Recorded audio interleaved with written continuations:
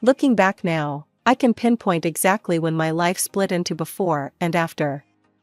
I was 16 when my parents sat me down in our small living room and told me they were getting divorced.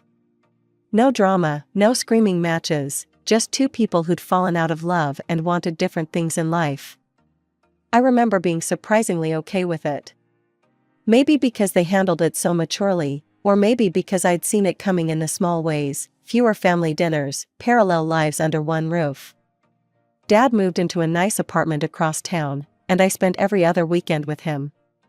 We'd order pizza and watch bad sci-fi movies, just like we always had.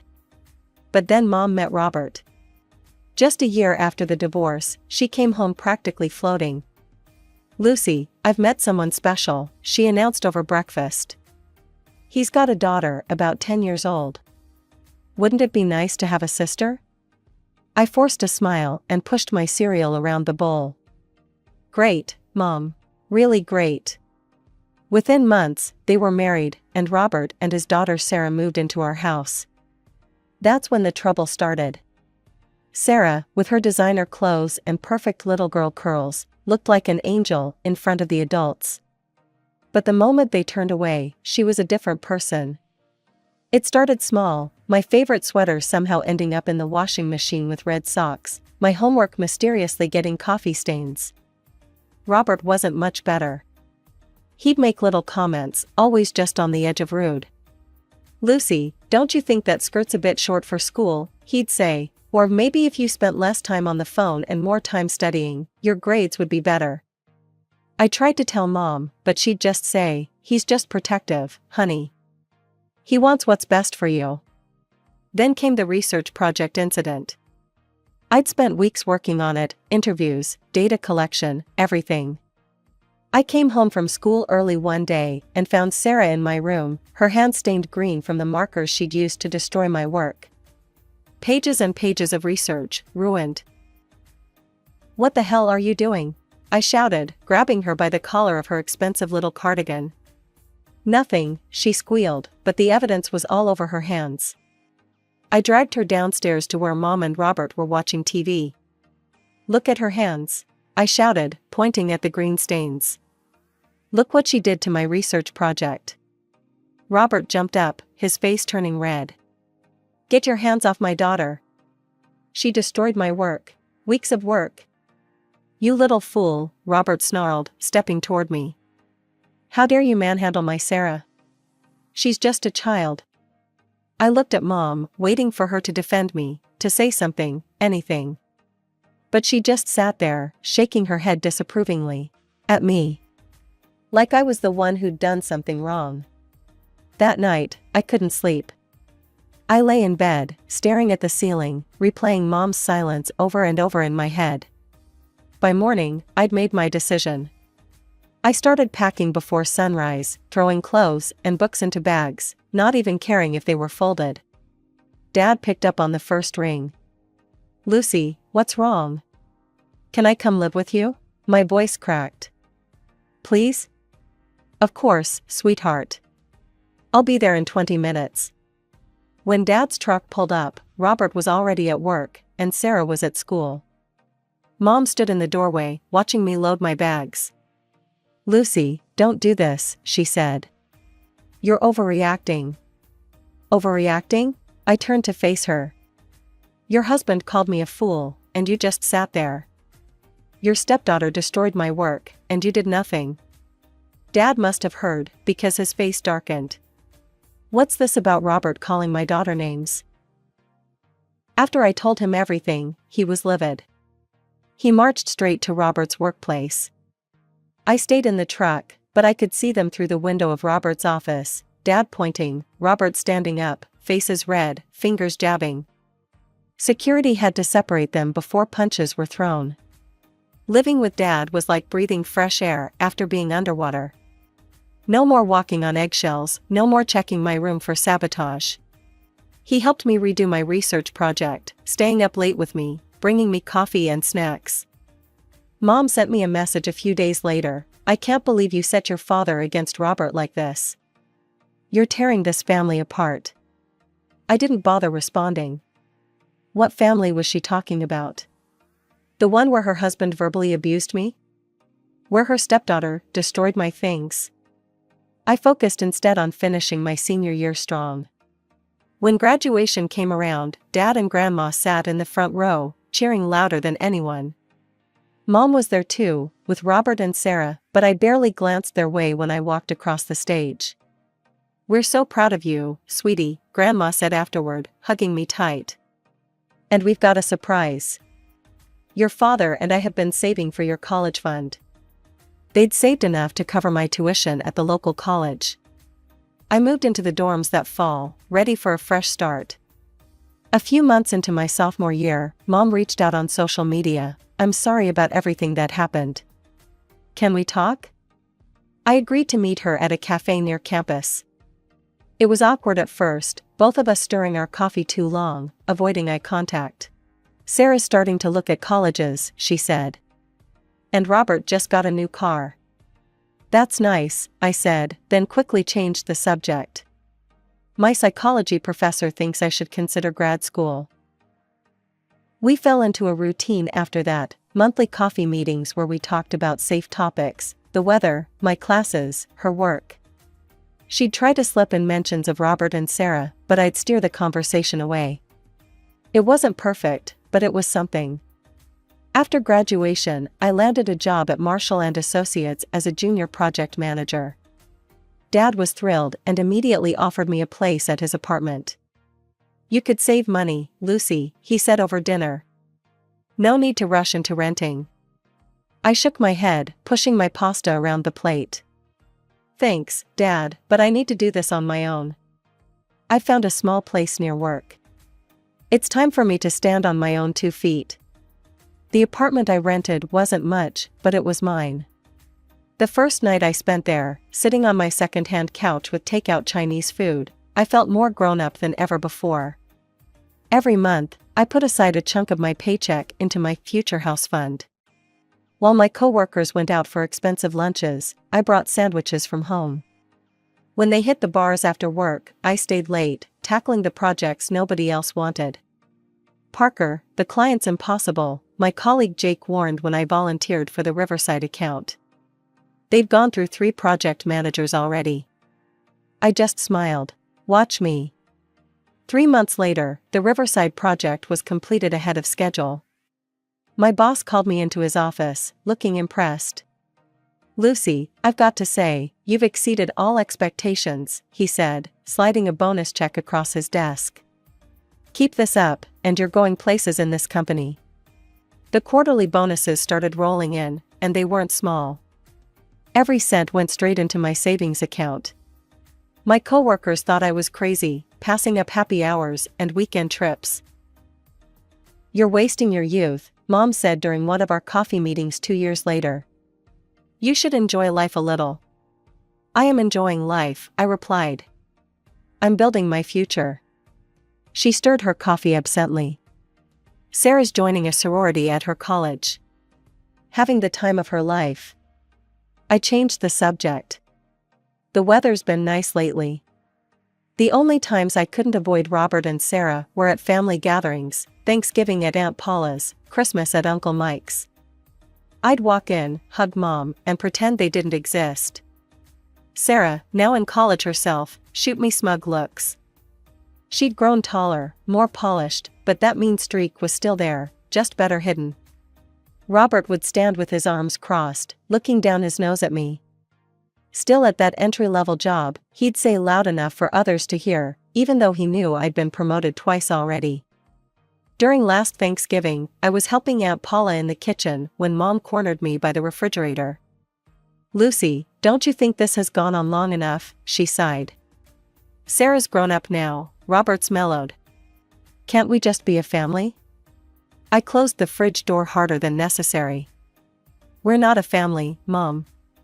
We're people who happen to be connected by your marriage. That's it." "You're being childish," she said, shaking her head. "People grow, people change." "Yeah, they do," I replied, looking her straight in the eye. "I've grown enough to know I don't need toxic people in my life, even if they're technically family." She opened her mouth to argue, then just shook her head and walked away. Same old mom, always choosing the path of least resistance, always walking away from confrontation. But every snide comment from Robert, every smug look from Sarah just reinforced that I'd made the right choice in keeping my distance. The day I turned 28, I signed the final papers on my house. After years of saving and working overtime, I'd managed to put down 60% of the total cost. The mortgage payments wouldn't keep me up at night. "Congratulations, Ms. Parker," the realtor said, handing me the keys. "It's a beautiful property." Standing in my empty living room that first day, I felt like I could finally breathe. 3 bedrooms, 2 bathrooms, a kitchen with granite countertops, and a backyard where I could plant a garden. All mine. I planned a housewarming party, sending invitations to family and close friends. Dad and Grandma couldn't make it, they'd recently moved to Hawaii for Dad's retirement. When I called Mom to invite her, I was specific. "I'd love for you to come, Mom." "Just you?" She hesitated. "Lucy, that's not fair to Robert and Sarah." "Mom, it's my house. My rules." She agreed, but I should have known better. The day of the party, I opened the door to find Mom standing there with Robert and Sarah in tow. "Surprise," Mom said weakly, noting my expression. I bit my tongue and let them in. Robert's eyes scanned everything, his lips curling slightly as he took in the crown molding, the hardwood floors. "It's nice," he said, making it sound like anything but. Sarah, now 22 and dressed like she'd stepped out of a fashion magazine, wandered around with her nose in the air. "The kitchen's kind of small, isn't it?" I was showing my colleague Jake the back patio when I overheard Sarah talking to Mom and Robert in the living room. "Daddy, I've been looking at houses too," she said loudly enough to carry. "I'm going to get one much bigger than this. With a pool." I couldn't help myself. I walked back inside. "Really? That's interesting. What job are you planning to buy it with?" Sarah's face flushed. "I have prospects." "Prospects aren't paychecks," I said. "And last I heard, you were still living off your dad's credit card." Robert's face turned that familiar shade of purple. "How dare you?" "No, how dare you?" I cut him off. "You show up uninvited to my house and then stand there insulting it?" "Lucy," Mom grabbed Robert's arm as he took a step forward. "Come on, Robert, Sarah. We're leaving." I watched them hurry out, Mom shooting me an apologetic look over her shoulder. The door closed behind them, and the party continued. 3 months after the housewarming disaster, my boss called me into his office with an opportunity one couldn't refuse, leading a major project in Boston. It would mean several months away, but it could fast-track my career to senior management. My biggest concern was my house, particularly my indoor garden. I'd spent months cultivating my collection of plants, delicate orchids, temperamental peace lilies, and my pride and joy, a rare bird of paradise that had just started to bloom. Each one needed specific care, and I couldn't bear the thought of returning to dead plants. After considering my options, I swallowed my pride and drove to Mom's house. We hadn't spoken much since the housewarming incident, but I knew she had a green thumb. Thankfully, she was alone when I arrived. "Lucy," she seemed surprised to see me on her doorstep. "Is everything okay?" "I need a favor," I said, following her into the kitchen. "I'm going to Boston for a few months for work. Could you look after my house?" "Mainly the plants, they need regular watering and care." Mom's face lit up. "Of course, you know how much I love gardening." I handed her the spare keys, along with detailed care instructions for each plant. The next few months were intense, but rewarding. 16-hour days, working with teams across multiple time zones, but the project was going well. I called Mom every week to check on things. "Everything's fine," she'd say. "Your plants are thriving, don't worry so much. Just focus on your work." I should have noticed how she always seemed to be at my house when I called, no matter what time it was. I should have picked up on the background noises, dishes clinking, TV sounds, things that shouldn't have been there if she was just stopping by to water plants. But I was too absorbed in my work to notice these red flags. Finally, after 4 months, the project wrapped up successfully. I caught a late flight home, exhausted but proud of what I'd accomplished. The Uber dropped me off at my house just after midnight. All I could think about was a hot shower and my own bed. I inserted my key into the lock. It wouldn't turn. I tried again, more carefully this time. Still nothing. The key that had worked perfectly for months suddenly didn't fit. What the hell? I muttered, trying again. That's when I heard it, footsteps inside my house. My house. Moving around like they belonged there. My heart started racing as I pulled out my phone, fingers hovering over 911. Before I could dial, the door swung open. And there, standing in my doorway, wearing pajamas like she owned the place, was Sarah. Her blonde hair was pulled up in a messy bun, and she had the audacity to look annoyed at my presence. "What are you doing here?" The words came out in a whisper, my brain struggling to process what I was seeing. "What am I doing here?" Sarah's smile was smug. "Living, of course. Been here for weeks now. Daddy helped me move in while you were gone playing big shot businesswoman in Boston." I stood there, my suitcase still in hand, trying to process her words. The exhaustion from my flight disappeared, replaced by a surge of anger. "This is my house," I said through gritted teeth. "Get out, now."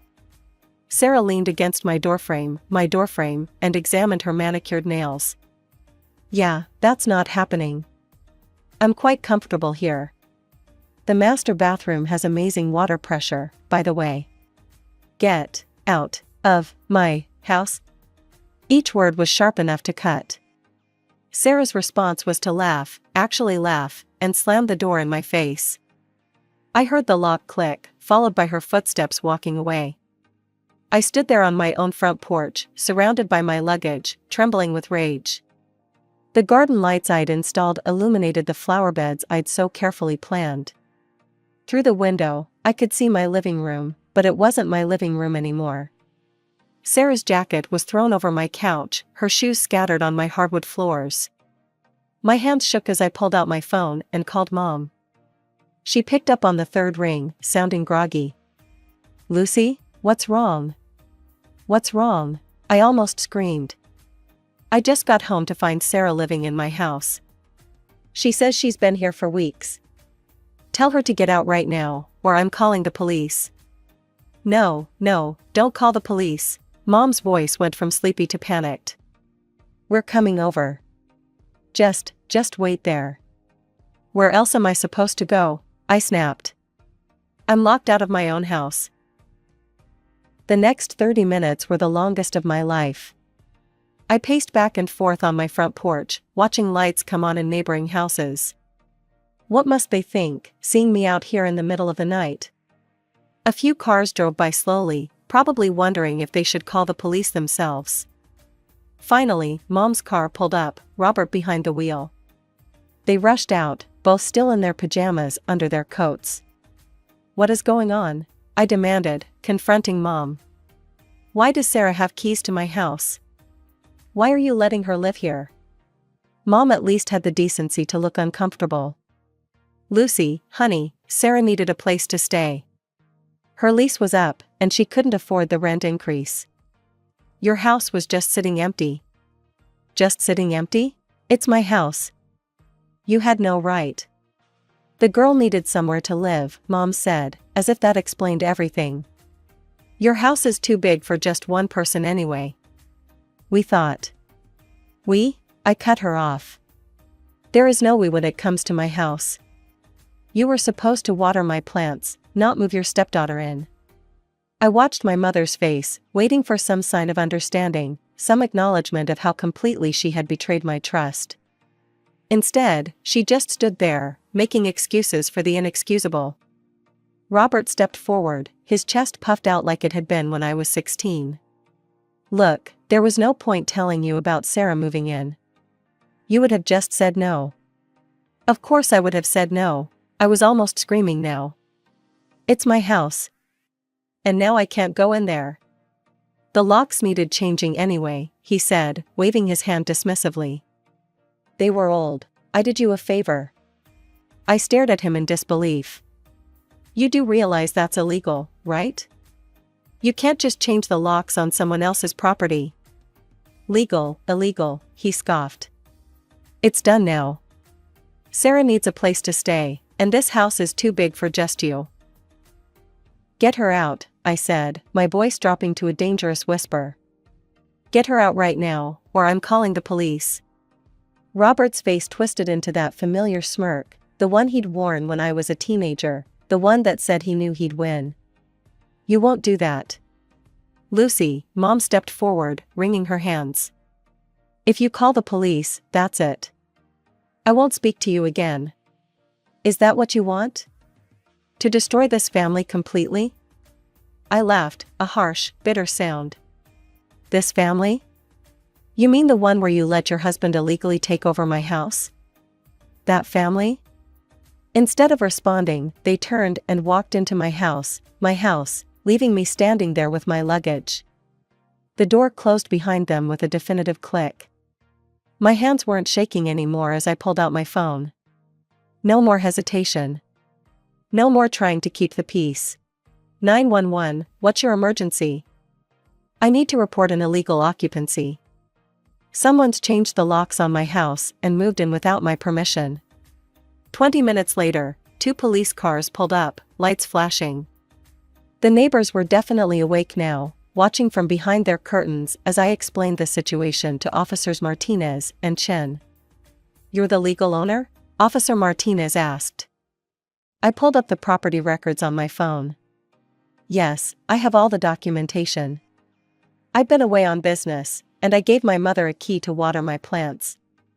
Instead, they moved my stepsister in and changed all the locks. Officer Chen rang the doorbell.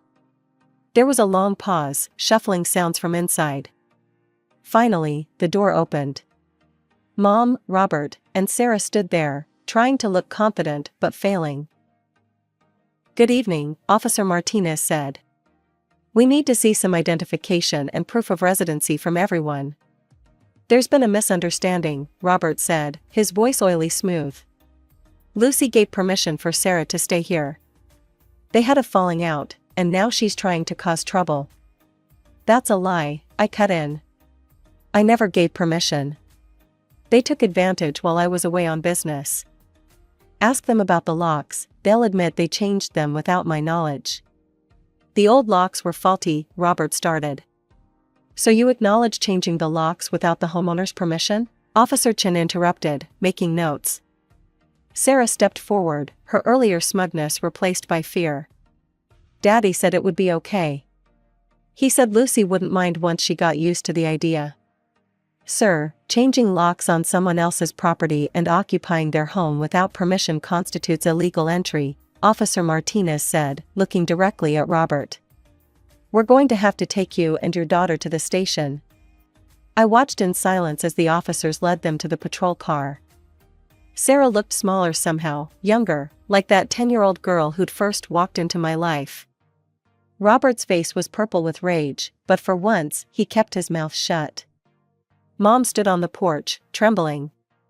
As the patrol car pulled away, she turned to me with such hatred in her eyes that I almost took a step back. From this day forward, she said, her voice shaking, you are no longer my daughter. How could you do this to your own family? I felt strangely calm as I looked at her, this woman who had chosen everyone else over me for the past 12 years. Mom, I said quietly, you made it clear a long time ago that they were your real family. The day Sarah destroyed my research and you sat there in silence. The day Robert called me names and you looked away. Every time you asked me to be the bigger person while they treated me like dirt. You chose them. Over and over and over again. She opened her mouth to argue, then closed it again. Without another word, she walked to her car and drove away. I spent the rest of the night sitting in my living room, surrounded by Sarah's things, designer clothes thrown over my furniture, her photos stuck to my fridge, her toiletries cluttering my bathroom. In the morning, I called a locksmith and had every lock in the house changed. The police called later that day. They wanted to know if I would press charges. No, I said after a long pause. Just make sure they understand they're not allowed on my property again. I hired a cleaning service to pack up Sarah's belongings and had them delivered to Mom's house. Then I spent a weekend cleaning every inch of my home, erasing all traces of their presence. Most of my plants had died from neglect, even the bird of paradise was brown and withered. I threw them all out and started fresh. That was 3 months ago. Mom tried calling once, but I didn't pick up. Robert sent a threatening email about suing me for Sarah's emotional distress, which I forwarded to my lawyer without responding. Sarah posted some vague social media rants about toxic people who pretend to be victims, but I blocked her accounts. Last week, I ran into Aunt Paula at the grocery store. She tried to tell me that Mom was struggling with our estrangement, that I should reach out, try to make peace. Some bridges, I told her, need to stay burned. I'm sleeping better these days. My new plants are thriving in the sunlight that streams through my windows. Dad and Grandma call regularly from Hawaii, and I'm planning to visit them next month. Sometimes I catch myself reaching for the phone to call Mom, out of habit more than anything else. But then I remember that night on my porch, locked out of my own home, and the urge passes.